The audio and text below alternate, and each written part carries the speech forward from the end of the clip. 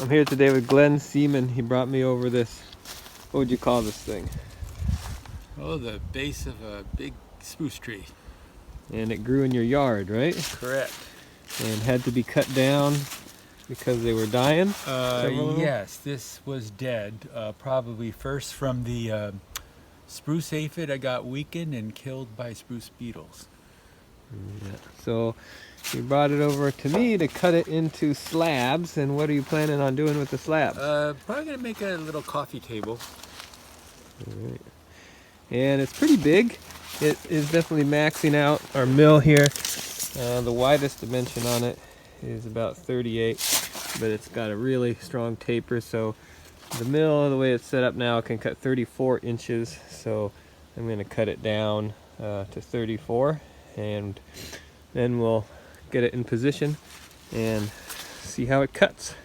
Got a pretty good crown or bump to cut off it initially from Glenn carving at it with a small bar on his chainsaw. So we got at least 2 inches of waste, I'd say, to remove before we get into a smooth slab. So should work out fine. I think we'll probably end up with getting pretty much away from our cut, or very close to it. So show you how it looks when we're done. Okay, you can have the honors.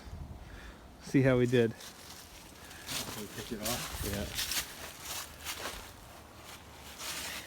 Pretty sweet. Just barely fit through the mill. Had to notch it down a little bit here to fit through. And that looks incredible growth rates on here. It is. We have About an inch. It's amazing. An inch and a half maybe. Some of those. Yeah. Looks like we got it pretty much right on flat there.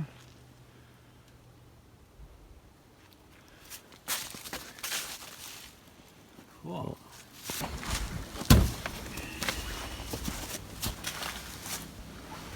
How many coffee tables do you have room for in your house? Oh, I'm gonna go into one of the kids. Probably 3/4 of woodworking projects go to my kids and their family. Cool. All right. You want to cut that little one up, or? Yeah, that'd be great.